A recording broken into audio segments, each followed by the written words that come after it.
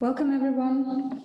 My name is Sheila and I work in the Cooling and Energy Efficiency team at C4All, and I will be the moderator of today's session. It is my pleasure to welcome all of you to today's launch of the Chilling Prospects Tracking Access to Sustainable Cooling 2020 report and the This is Cool campaign.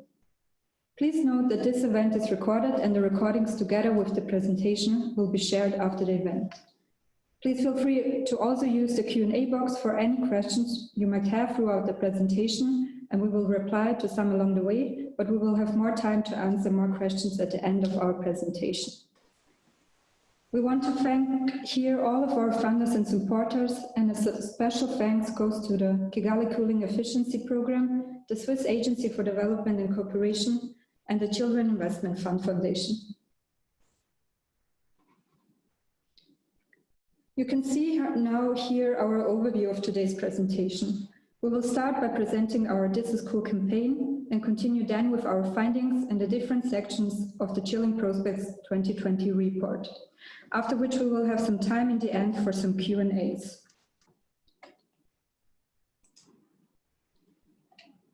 These are the presenters today. My colleagues Brian, Alice and Clotilde will be sharing with you the findings of our tracking work and sustainable cooling solutions. And without wanting to take up any more time, I will give the floor to Brian, who will start by giving an overview about our This is Cool campaign.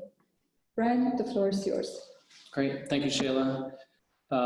This is actually a really exciting time for us, having a communications campaign that's really solution focused. And the campaign is called This is Cool, and it's intended to be a campaign to show what can be done to make sustainable cooling a reality. Again, very simple and very visual driven.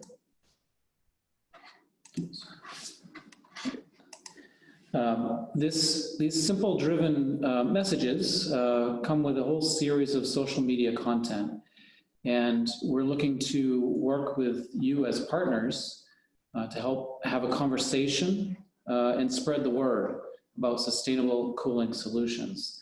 This is an example of some of the content that is available on the thisiscool.sc4all.org website. Images really help tell the story, and in some cases, you can see immediately what the sustainable cooling solution is, and in other cases, you may need to show a little bit more to show what is making it cool or how to make it cool. And here's some examples where we're showing the use of some stickers and graphics that you can use to explain the story a little bit better. We have a whole series of assets available on the thisiscool.sc4all.org website. This includes stickers and animated GIFs, and also we'll have videos and other assets that can be used along the way. Most importantly with these, though, it's about you as partners helping to tell this story. So take your own pictures, share your own solutions, share what you're finding with your partners and in your region. Here's an example of some of the social posts in action. You can see the very first one on the left is an animated graphic that shows what would happen if you made a residential building cool. And to the right, you see some extended stories that show a before and after of what would happen with a sustainable cooling added into an educational facility and then also into a cold chain.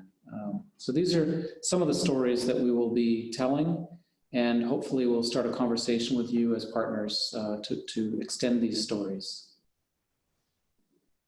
So what do we see as actions? We want to use this campaign to help make sure that we all rethink our approach to cooling, that we learn why sustainable cooling itself is important, and that we spread the word through the campaign. So you can access information and resources on our website.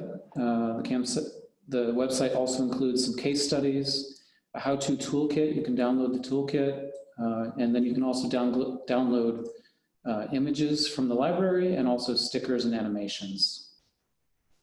So please come together with us and help share this story to tell about sustainable cooling solutions through the This Is Cool campaign. So now I'm going to hand it over to Alice, who will take us through the global trends in cooling access. Thank you very much, Brian. So the Chilling Prospect aims, one of the Chilling Prospect's aim is to track progress made when it comes to access to cooling, and this is the tracking that we do yearly. So this segment of the presentation is to show the global trends in cooling access that we have identified. So just a quick reminder of the 4 vulnerable groups identified in Chilling Prospects as population at risk. You will see here the rural poor. These are likely to be subsistence farmers without access to an intact cold chain. They may also lack access to electricity and will have limited access to properly stored vaccines. For the urban poor, these are population that may have some access to electricity, but live in housing of poor quality. They may also have a refrigerator, but food often spoils due to intermittent power. The next group is the lower middle income. These may purchase an affordable, thus likely inefficient air conditioner or refrigerator that raises energy consumption and greenhouse gas emissions. The last group are the middle income. These may be able to afford a more efficient air conditioner or minimize its use. And they also have the opportunity to move to energy efficient housing and working environments. So the 4 groups are set against a spectrum of risk, as seen here, from high risk to low risk. The high risk indicators include having no access to electricity, income below poverty line, living in poor ventilated or poor constructed housing. They might not have access to refrigeration for food. The farmers lack access to controlled cold chains, and vaccine exposed to high temperature will also increase the risk.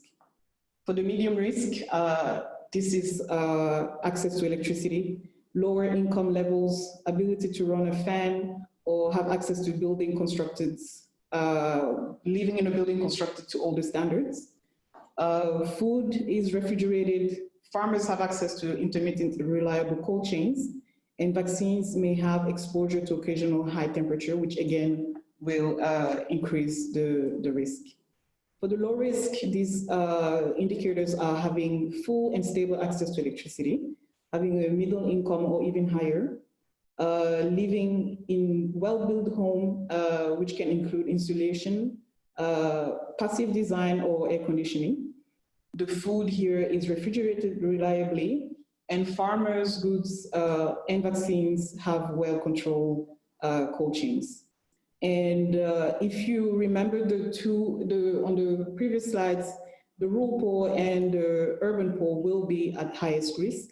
And I will now next present to you the different data points for those population at risk, considering the risk level. So here we see that the first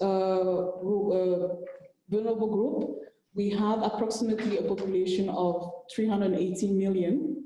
Again, these are population likely to be subsistence farmers without access to an intact cold chain, and may lack access to electricity and have limited access to properly stored vaccines. Here you can see that on our tracking show a decrease of 40 million, at least compared to 2019. But overall, there is a decrease happening in this population. On the right-hand side, you can see the map distribution of where the rural poor geographically are distributed. You can see that there is a concentration in India and sub-Saharan Africa, and especially in the Sahel region. So what is what are the reasons for this decrease? There is a significant increase in rural energy access that can provide energy for fans or refrigerators. There is also a positive trend in electrification with major improvement in India specifically.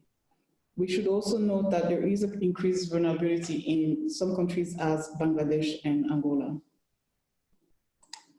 For the urban poor, we have here a population of approximately 699 million. Again, the urban poor are a population that may have some access to electricity, but live in housing of poor quality. They may also have a refrigerator, but food often spoils due to intermittent power. Here you will see that there is a slight increase overall, but from 2019 to 2020, there is an increase of 18 million. You will see also on the right-hand side, the map that most of the population can be found in Asia and Latin America, with some spots in sub-Saharan Africa, or Africa in general. Here, the continued urbanization and fast-growing cities in Asia and Africa are one of the reasons driving this increase. There's also an alarming trend in countries where more than 50% of urban population is at risk. These are countries such as Bangladesh, Cambodia, and Yemen. For the lower middle income, these are a population that is another type of risk, so they are medium risk. But we do have a 2.2 billion population which are in this medium risk. Here you can see that overall there is a decrease, and then from 2019 to 2020 there's a decrease of 26 million, and on the map you can see that the majority can be found in Asia. Here it's important to note that there is a risk of purchasing less sustainable cooling devices associated with income growth and lower price for entry-level units. So it's very important to note that, especially thinking about the sheer size of this population group. For the middle income, there is approximately 1.4 billion. Again, these are people who may be able to afford a more efficient air conditioner or minimize its use, and they may move to energy efficient housing and working environments. There's a slight increase here, and you can see that from 2019 to 2020, there's a 97 million increase.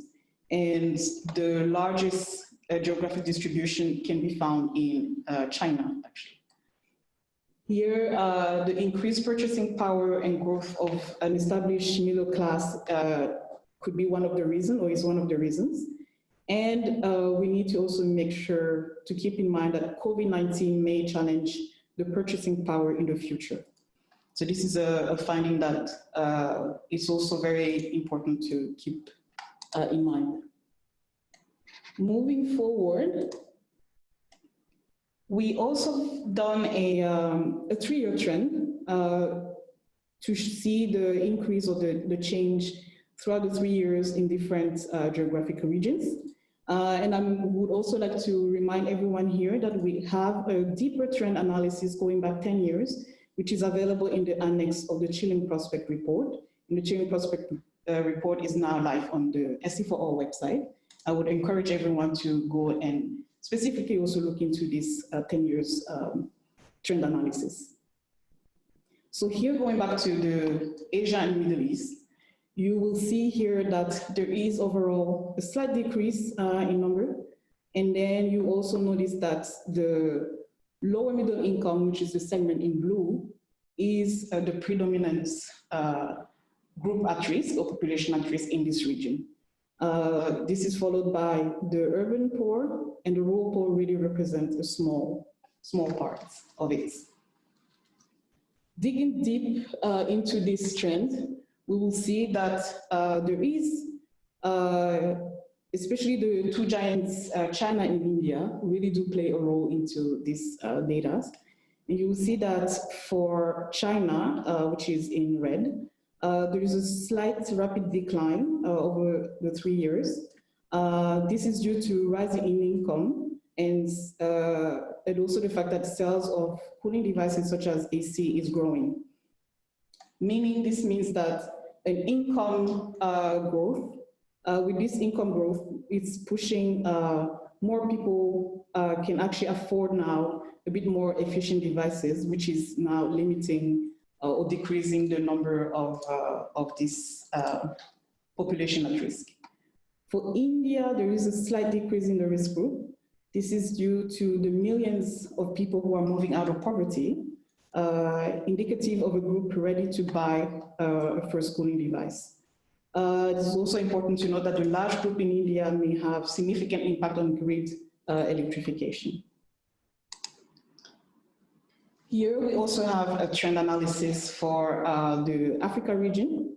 Here compared to the Asia region, you will see that there is a slight increase actually of population at risk overall. You will also notice that here the rural poor do represent a large group, although the lower middle income do remain the predominant group.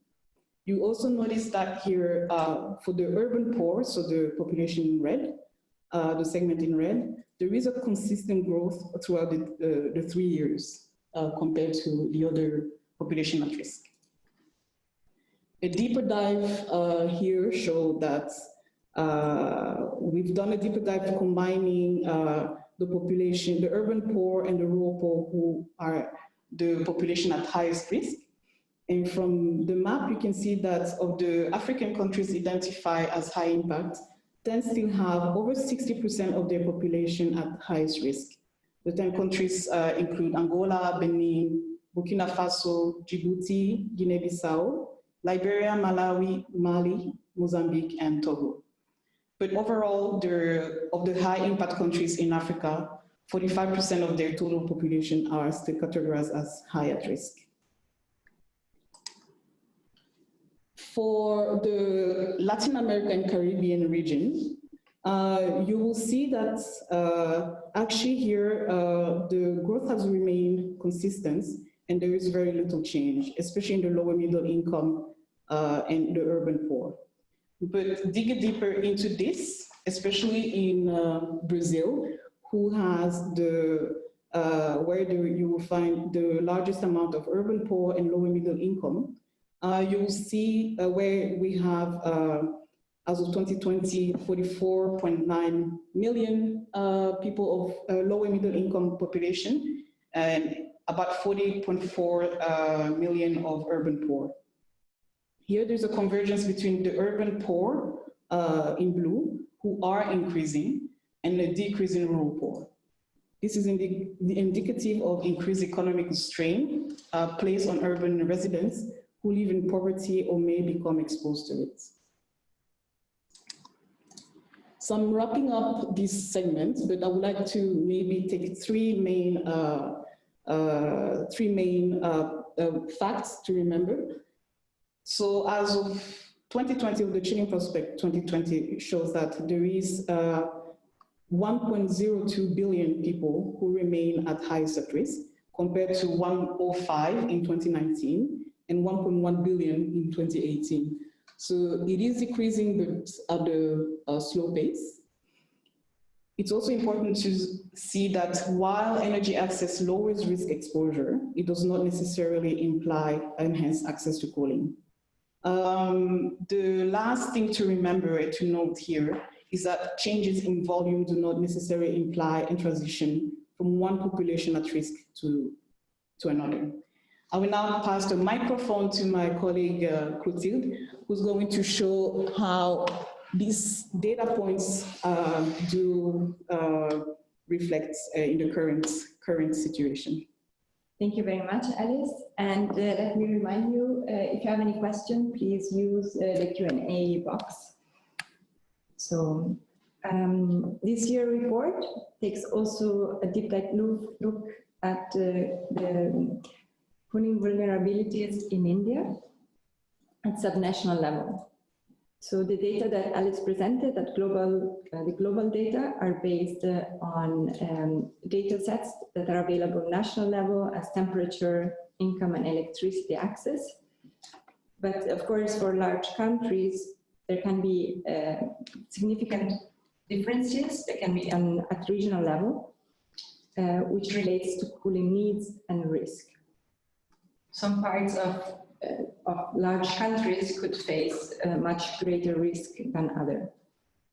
So given India's size and its geographic climate diversity, this is definitely the case for India. That's why we took this deep dive. So first, we considered what are the estimated annual AC sales. And these are growing and they follow the GDP trends. We know also that 18% of Indian households own a cooling system, which can be an air conditioner or cooler. And of these, only 10% have an AC unit. So according to our numbers, our new data, we have 63 million rural people that are in India, and this number has been decreasing over the last 5 years dramatically, if I may say so, even though there are still 63 million people. And this has been mostly due to increase in electricity access, while urban poor and lower middle income have been steadily increasing over the last 5 years. And there is also a steady increase and growth which is expected from cooling demand in India. So in evaluating the cooling risk, of course, we took into consideration temperatures, so both cooling degree days, but also average monthly temperatures and peak temperatures. So in the graph on the right side of the slide, you can see the temperature of 4 major Indian cities, New Delhi, Hyderabad, Kolkata, and Mumbai. So the temperatures from April to September have been steadily above 30 degrees C, or 86 degrees Fahrenheit, but with peak values in New Delhi in particular and Hyderabad, which have been over 45 degrees C or 115 degrees Fahrenheit. Heat wave have caused more than 22,000 deaths in the last 20 years, and also India temperature is expected to rise by 4.4 degrees C by the end of this century. And this will result in a 42% increase in cooling degree days.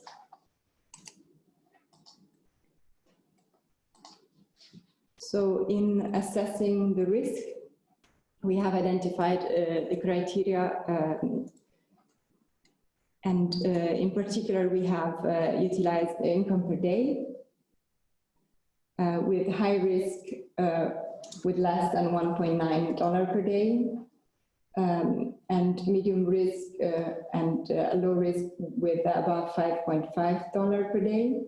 We have considered average maximum temperature between 35 degrees C as highest risk and to 25 degrees C as lowest risk, and also the number of cooling degrees days, so higher than 1,100 to below 1,000, so being 1,900 or higher highest risk, and below 1,000 as low risk. So based on these criteria, we have identified an initial ranking, which has been then adjusted based on ownership of cooling appliances. And we have created a criteria, so basically states with fewer cooling appliances, high average temperature or cooling degree days, and low income will have a higher risk than states that have more cooling appliances, lower temperature, and also relatively higher income. So based on this evaluation, we have identified 14 states with over 815 million people, which are at the highest risk.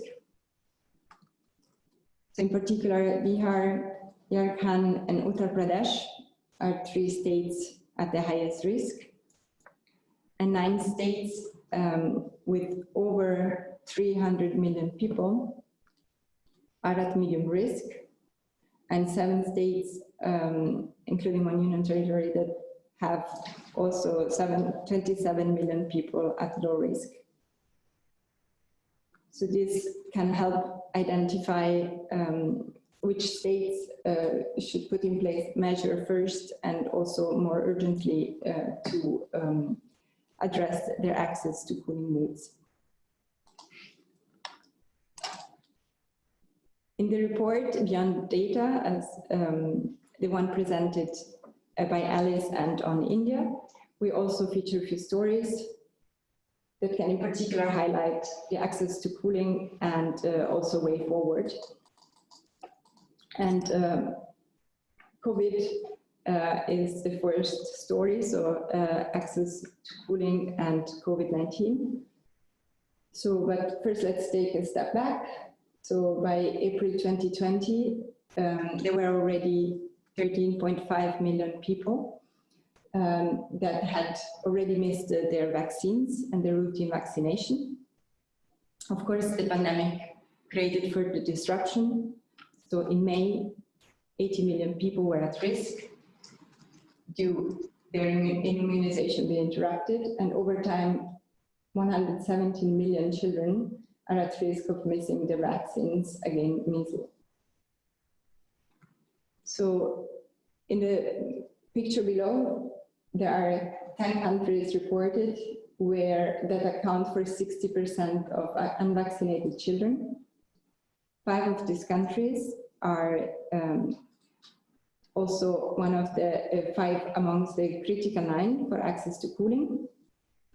So of the countries presented by Alice, 54 countries for access to cooling, which are the high impact countries. 9 are considered critical due to the number of population at risk. And here we see of these countries, Nigeria, India, Pakistan, Indonesia, and Brazil.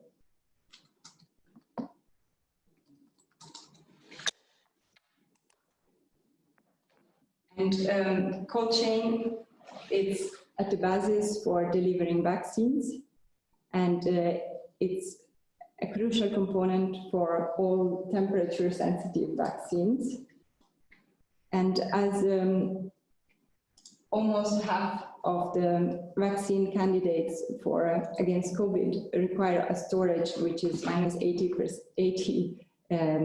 degrees centigrade, this is a cold chain that will need a complete rebuild in many countries. Only 10% of health facilities in Gavi-supported countries have the recommended cold chain equipment, and the lack of electricity access presents an additional burden, as we know that across sub-Saharan Africa, only 28% of healthcare facilities enjoy a reliable supply. So other challenges include transport and also a communication of vaccine campaigns.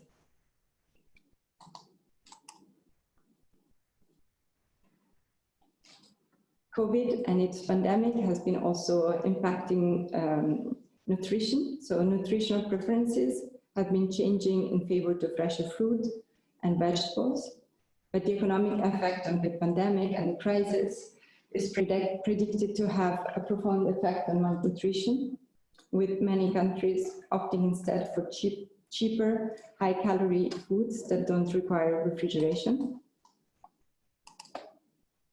And another issue related also to the pandemic is that finding social distance might be hard, mostly if you consider life in a hot slum.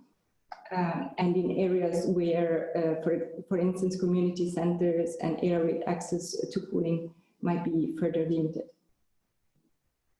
So in India, in particular in Delhi, temperatures were above 40 degrees C at the height of the pandemic in late April.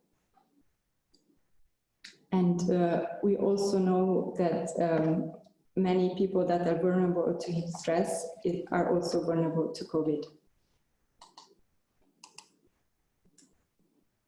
Another story that we feature in the report is related to the what we call the productivity penalty. So if we were not to be able to deliver cooling for all, we know that there would be a major productivity penalty, mostly that would address economies And in particular, at risk will be women, outdoor workers, and migrants. So there have been a study from the ILO that showcased the potential job impact in 2030. And so about 80 million full-time jobs equivalent would be lost. Of these, 73.7 would be lost in the 54 high-impact countries.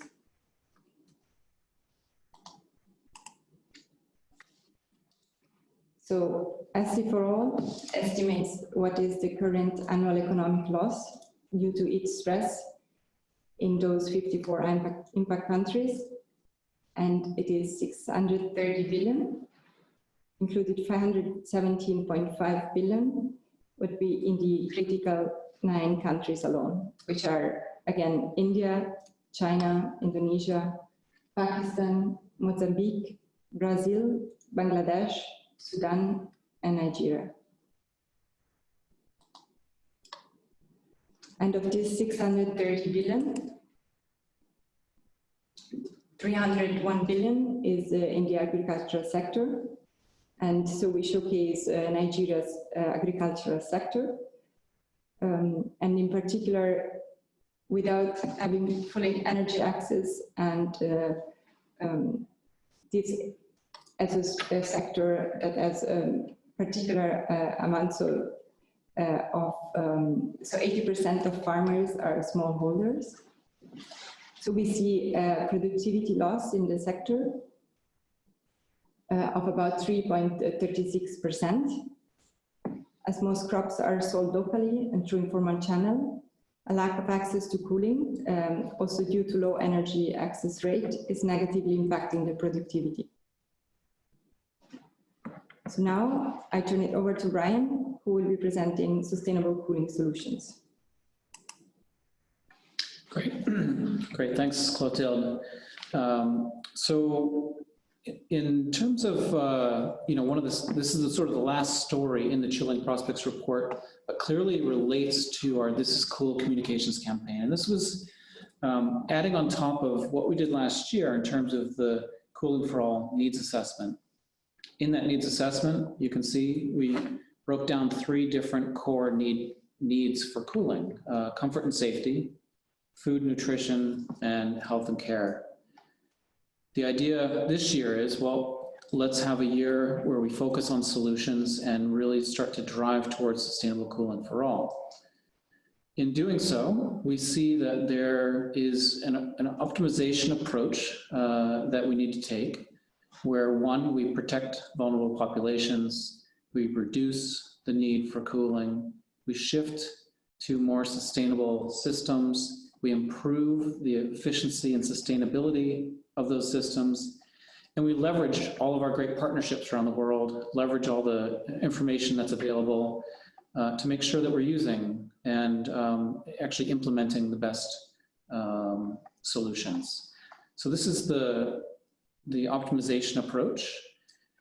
And in terms of looking at the actual solutions, we see that there are really 4 key pillars. 1 are technology solutions, another is services solutions, policy solutions, and financial solutions. These are all part of the effort to make sure that we can implement sustainable cooling solutions. So from a needs perspective, the Cooling for All needs assessment, which has been online since November, gives you a lot of information about how it links to the Sustainable Development Goals and how cooling and access to cooling can help achieve many of these benefits surrounding our personal comfort, our productivity, agriculture, health, and beyond.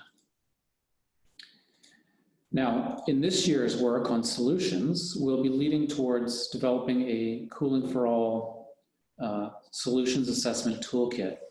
Through that optimization process in that toolkit, we will go through this process of protect, making sure that we're using cooling solutions that are affordable, safe, reliable, and really protecting those vulnerable populations.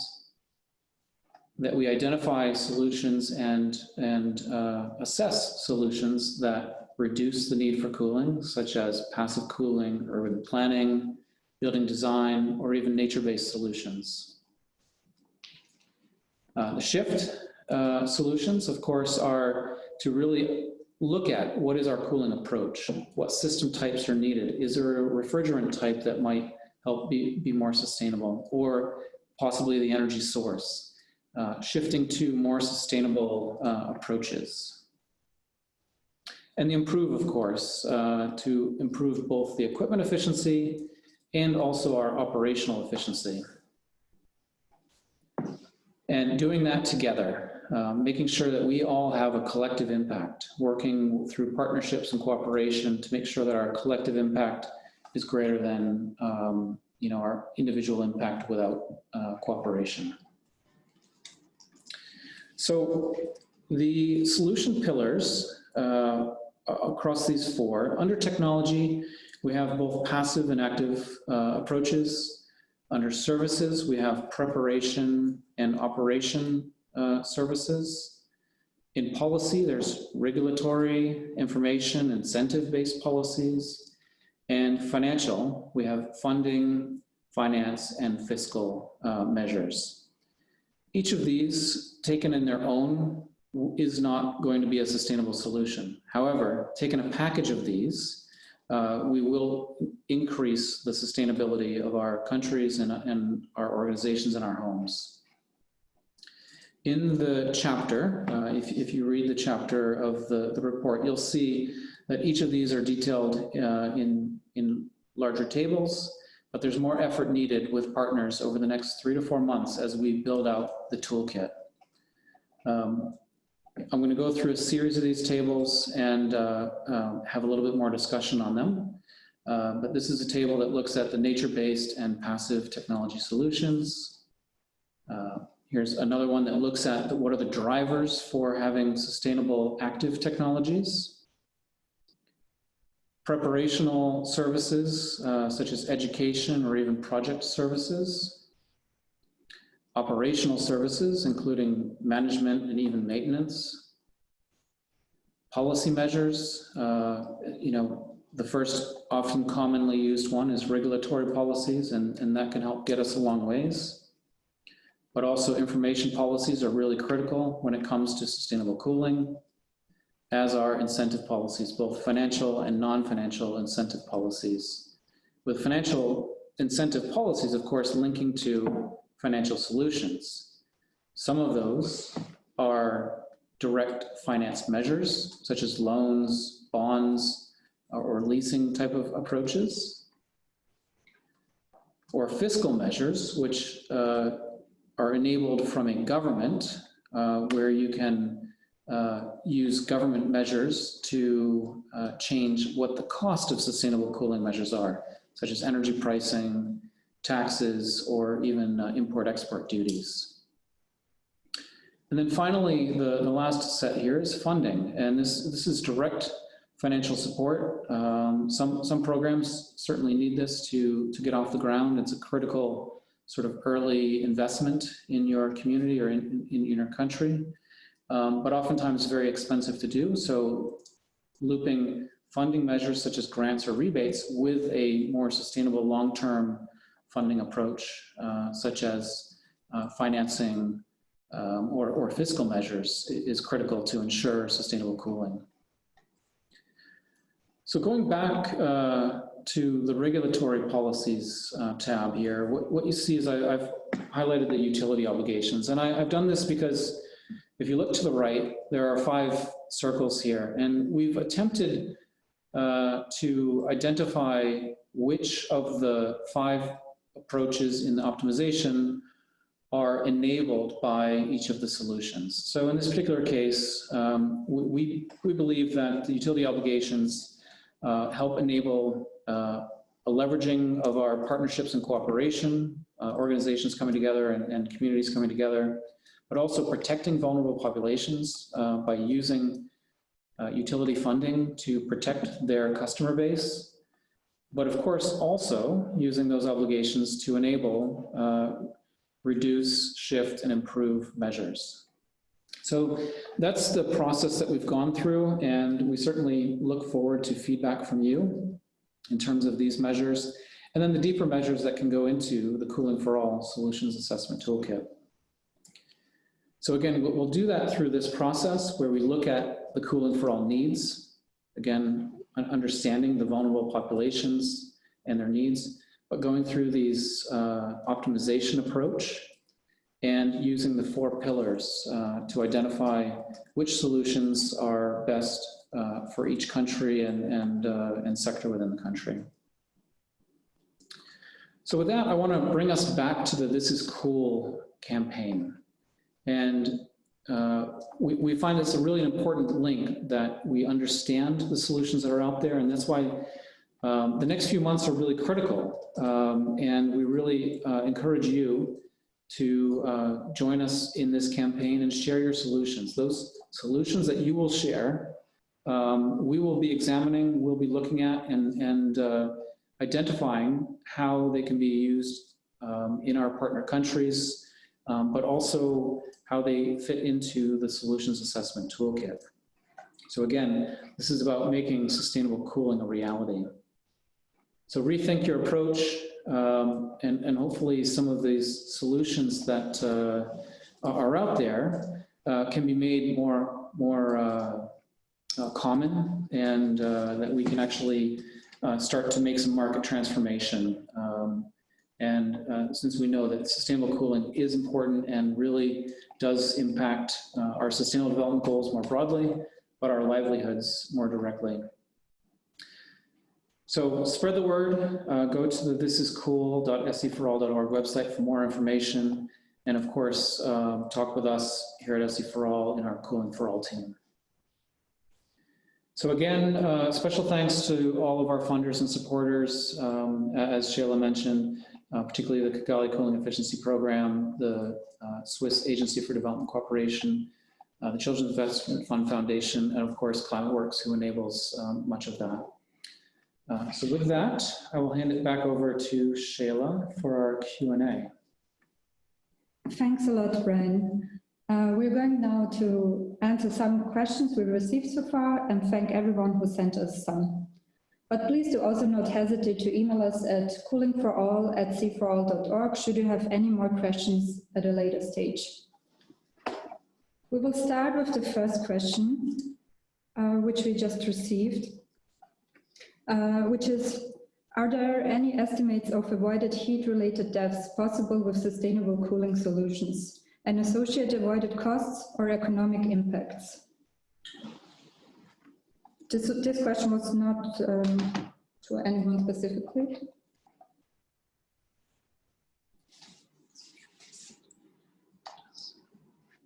Thank you, Shayla. So yes, that's a very good question. We know that the WHO has previously forecasted that we could see up to 255,000 annual deaths in 2030 due to heat stress. But any associated cost economic impacts, I think it still has to be fully assessed. But I would recommend to also go through the ILO study that we presented earlier, that Clotilde was talking about, which model potential job lost or potential job saved. And this will kind of also provide a sense of economical impacts due to heat stress. We will also, in the chilling prospects, we have tried to provide information on the global productivity loss, which can also be interpreted as economic gain if avoided. And so we again recommend everyone to read the chilling prospects, especially that chapter on productivity penalty, to really get a sense of economic loss due to heat stress. Thanks a lot, Alice. The next question goes to Brian, I think. How can corporations or companies participate in the This Is Cool campaign? Okay, great. Yeah, great question. And certainly one thing that we want to work on with you moving forward. So if you first go to the thisiscool.seforall.org website, you'll see that there's a toolkit available for download. And that toolkit gives you a lot of information about how you can use the content that we've already developed. But we also want you to share your stories. So it could be as simple as your company or organization sharing a photograph and a message about what a sustainable cooling solution is.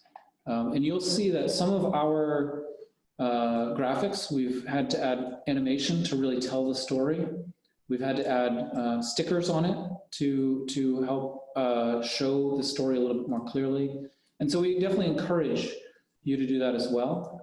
But it could be as simple as sharing information on products that you have available, or possibly processes or reports that you've done that show what sustainable cooling solutions are. Thank you a lot, Brian. The next question is, with cold chain becoming extremely critical for vaccine delivery, are there any actions which can be fast-tracked within the action steps indicated? I think this question goes to Clotilde. Yes. So, as we heard, already now there are many issues related to cold chain and delivering vaccines in many countries.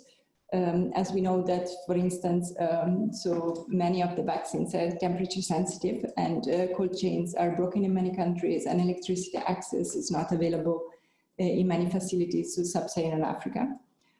So this is something that we know is an issue, and we mentioned also specifically the COVID vaccination, as this might disrupt existing cold chain even in developed countries, as this might request a total new level of temperature ranges, as we're speaking about -80 degrees C, and this will pose an incredible burden to countries that don't have now existing and functioning cold chains already for temperature that are at much shorter reach and don't need this temperature and energy required for much deeper temperature. So for this, there are a number of activities and steps that can be done, and I could refer back to the solutions as these are really on a broader different arrays, and I don't want to now represent what Brian said before, but it could be really from the technical side to policy to financing, and of course, being vaccines of a greater good, there is also need from governments and intention to work on that. Thanks a lot. I think the next one goes also to Clotilde, which leans on what other sectors are impacted by the productivity losses due to a lack of cooling, and what can firms do to mitigate the impacts, and what policies could be helpful? Yes, so many sectors are impacted by cooling or not having access to cooling, and one sector, for instance, is the construction. Our people need to be outdoor, and of course they cannot really protect themselves from excessive heat. But what firms can do and what can be done is to try to limit work at peak hour and around where the temperature are at the highest. Make sure that all cooling resources that can be utilized are available, from mobile cooling and even shade and protection to the workers that are outside could go a long way. Firms need to be and companies need to be proactive, make sure that they protect their workers. And I think one part of the question was also on government, and government need to make sure also that they are proactive too, and they put all the measures and the standards that can be put in place so that all workers are protected, and migrant workers too. So on all spectrum of working condition, from regular workers, migrant workers. Thank you a lot. We have another question to Brian. How can utilities in developing countries, which are already financially stressed, can promote sustainable cooling through rebates and incentives, and how it will benefit utilities in the longer term to improve their financial health? Okay, yeah, great question. Utilities actually have a lot to benefit in terms of cooling, and that's because oftentimes peak grid loads are during the hottest hours of the day when air conditioning is being used. And in fact, in some countries, air conditioning is the predominant electricity load. So when utilities are trying to decide whether to invest in building a new power plant, in fact, they can actually make more money by not building a new power plant, but instead buying a reduction in the use of cooling to improve their overall grid load factors. Utilities make money by having, by selling energy when they are making energy and not by actually building power plants. So there's a really great opportunity to promote sustainable cooling, reducing that peak load on the electric grid through sustainable and efficient cooling. So, great question. Thanks a lot, Brian. The next question would be, how do we measure comfort and impact of cooling on comfort and productivity? I think this can go to Alice. Yes, I'm happy to take that one. We showed in the India case study, we will be sharing the presentation online afterwards, maybe it's on slide 29, where we have identified a few criteria on how to best assess subnational cooling vulnerabilities in India. So at SC4All, we have used income per day. We've also used the maximum temperature and access to electricity as some of the indicators to measure that, to measure those impacts.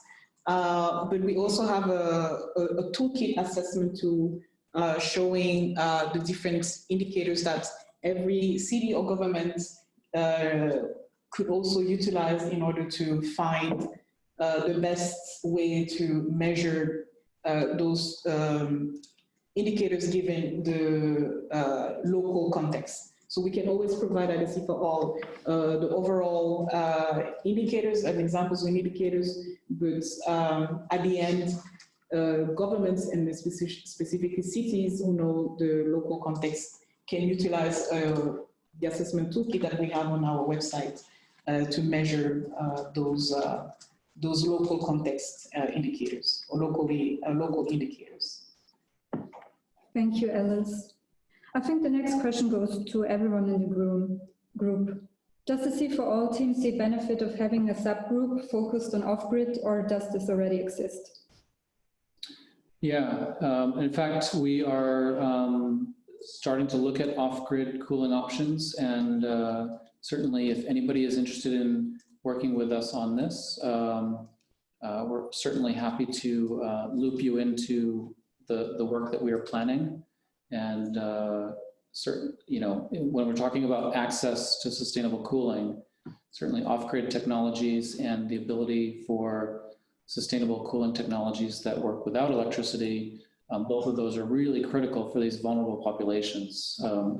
As Clotilde mentioned, particularly for the rural farmers and construction workers and those outside, having off-grid solutions and having sustainable services like cooling as a service are really important.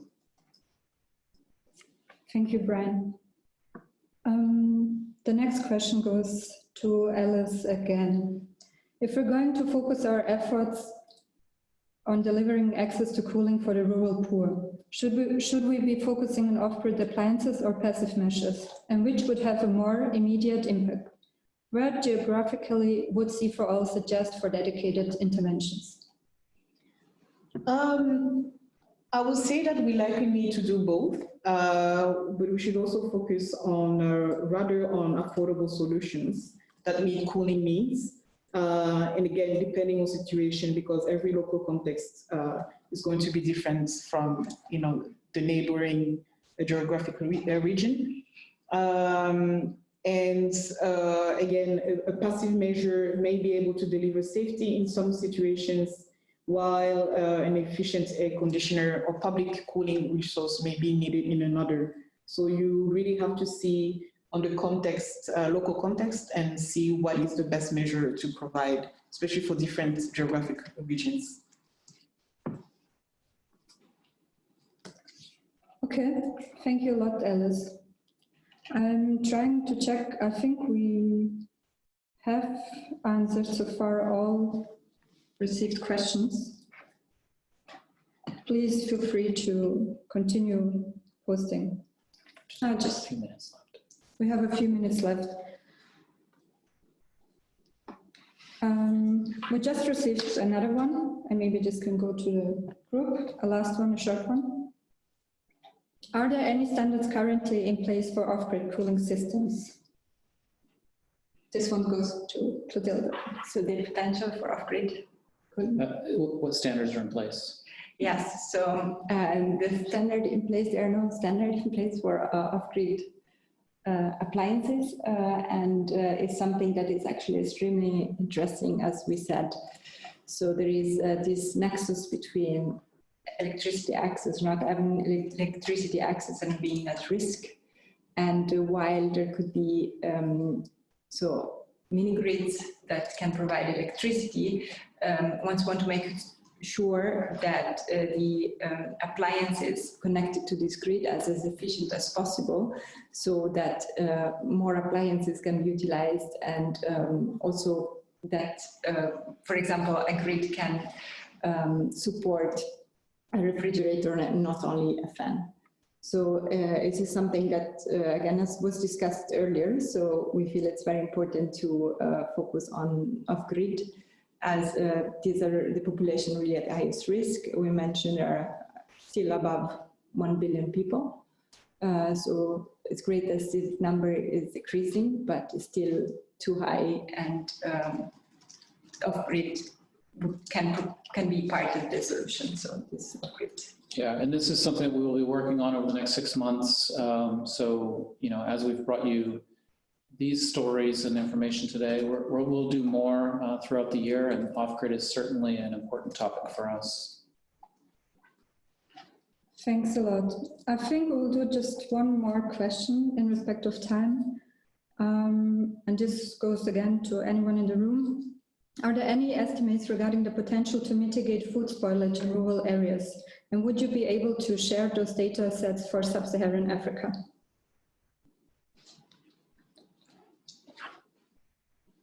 Yes, so, there are definitely estimates, and what I think is more important here, or what I would like to highlight here, is the percentage of the spoilage, which depends on access to cold chain. So there is not only food that is spoiled because of cold chain lacking, but this is definitely the majority of food which is spoiled and lost in sub-Saharan Africa. I mean, this is the potential to mitigate. So the amount of providing access to cold chains can help mitigate or eliminate this, the food which is spoiled due to cold chains. Thanks a lot, Clotilde. So, I can also add that the FAO has a good amount of data and estimates on potential malnutrition created by the pandemic, specifically lately. And we also have to be honest about the fact that while we have estimates, it is very difficult to measure the full spoilage in certain rural areas, since monitoring is crucial, is a crucial need that isn't often there. But there are some organizations such as the Global Food Cold Alliance, Cold Chain Alliance, or organizations such as NextLeaf, who are working specifically on addressing these data gaps. Thank you, Alice. And now, in respect of time, thank you all for your participation. We will send you the PowerPoint and the recording very soon. And we thank you again, everyone, for your interest. Thanks a lot, and goodbye.